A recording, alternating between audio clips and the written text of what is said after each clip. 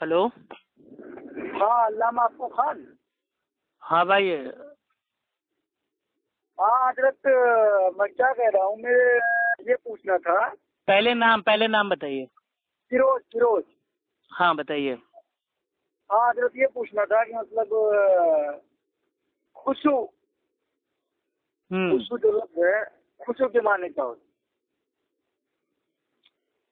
اگر کوئی یہ نماز کے تعلق سے استعمال ہوتا ہے خشوع خضوع، یعنی کہ نماز میں سکون اختیار کرنا، ٹھیک ہے، اور ایک دم میرے بھائی جو نماز آپ پڑھ رہے ہیں اس میں فوکس کرنا، تو یہ عام طور کا معنی ہے. ہاں نہیں مطلب کوئی اگر دعویٰ کرے میں تمہارے خشوع سے بھی واقف ہوں، اگر کوئی کہتا ہے کوئی بندہ یہ دنیا میں کوئی میرے بھائی کہہ ہی نہیں سکتا سوائے اللہ کے نبی کے، کیونکہ اللہ کے نبی میرے بھائی جب امام بنتے تھے نماز پڑھاتے تھے تو اللہ کے نبی صحابہ سے مطلب کہا کہ میں تمہیں اپنی پیٹھ کے پیچھے سے بھی دیکھتا ہوں، یہاں تک کہ تمہیں بھی دیکھتا ہوں، خشوع کو بھی دیکھتا ہوں، تمہارے خشوع کو بھی دیکھتا ہوں. تو یعنی کہ صحابہ کرام جو نماز میں اپنی داڑھیوں پہ ہاتھ پھیرتے تھے، کھجلاتے تھے، کپڑے ٹھیک اپنے کرتے تھے، تو اللہ کے نبی اس کو بھی دیکھتے تھے. تبھی اللہ کے نبی نے کہا کہ نماز میں سکون اختیار کرو، خشوع اختیار کرو، ٹھیک ہے، نماز پڑھتے وقت اپنی داڑھیوں سے نہ کھیلو. تو یہ سب اللہ کے نبی نے بتایا. اب اگر کوئی پاگل بریلوی اس سے علم غیب ثابت کرنے کی ناکام کوشش کر رہا ہے تو اس کی بہت پٹائی ہونے والی ہے.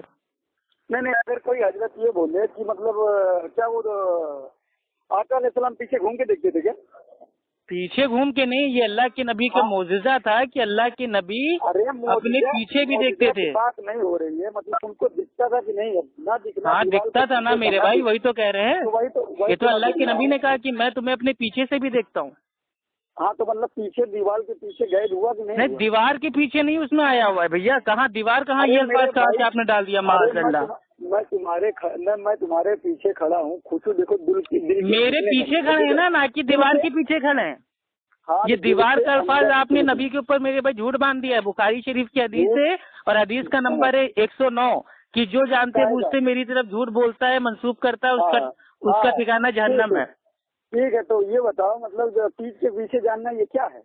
یہ علم غیب تھوڑی نا ہے. اب جیسے میرے بھائی کار ہے، کار میں میرے بھائی کیمرہ لگا ہوا ہے، تو پیچھے میرے بھائی کون سی گاڑیاں آ رہی ہیں جا رہی ہیں وہ الحمدللہ کیمرے سے دکھتا ہے. آپ کے کیمرے کو علم غیب مان لیں. اگر کوئی دیکھ رہا ہے پیچھے تو اس کو کیا کہیں گے؟ یہ معجزہ ہے اللہ کے نبی کا نا، یہ علم غیب نہیں ہے. یہ معجزہ ہے تو معاذ اللہ معجزے کا انکار کر دیا نبی کا. توبہ توبہ توبہ بھائی، آپ کو دوبارہ کلمہ پڑھنا پڑے گا. نہیں جو معجزہ ہے اختیار ہے، مطلب یہ کس درجے کا ہے؟ یہ غیب کا ہی ہے نا. یہ غیب کا تھوڑی نا ہے. ارے بھائی میں نے ابھی آپ کو مثال لکھ دی نا کہ میری کار ہے، اس میں کیمرہ ہے آگے، اور میں اپنی کار کے آگے کیمرے میں دیکھ لیتا ہوں کہ پیچھے میرے بھائی کون سی بائک جا رہی ہے، کون سی کار جا رہی ہے، کہیں کوئی جانور تو نہیں ہے یا کوئی بچے تو نہیں کھیل رہے ہیں، تو میں آگے سے پیچھے کو دیکھ لیتا ہوں. تو کیا میرے کو علم غیب ہو گیا؟ کس کے ذریعے سے؟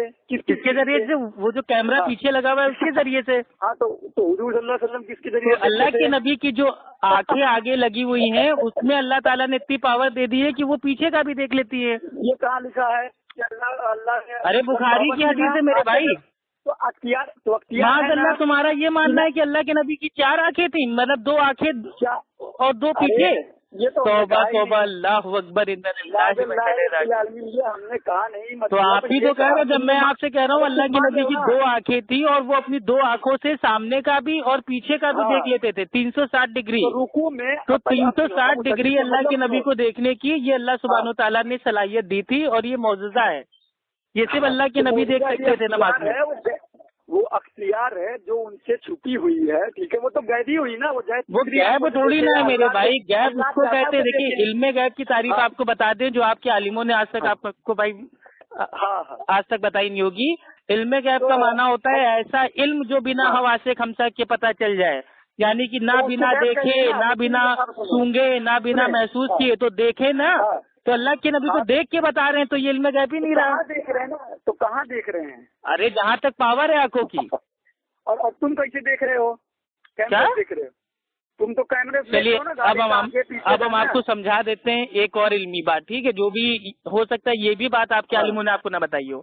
عام انسان ہے جیسے آپ ہیں، ہم ہیں، وہ اپنی 2 آنکھوں سے اگر میرے بھائی ٹھیک ٹھاک ہیں، ٹھیک ہے، تو وہ 180 اینگل ہوتا ہے ڈگری کا، یعنی کہ ہم اپنے سامنے کا دیکھ سکتے ہیں 180 ڈگری. لیکن اللہ کے نبی کی یہ خاصیت ہے کہ 180 ڈگری آگے دیکھتے تھے اور 180 ڈگری پیچھے دیکھتے تھے، یعنی کہ 360 ڈگری کی پاور تھی ان کی آنکھوں میں.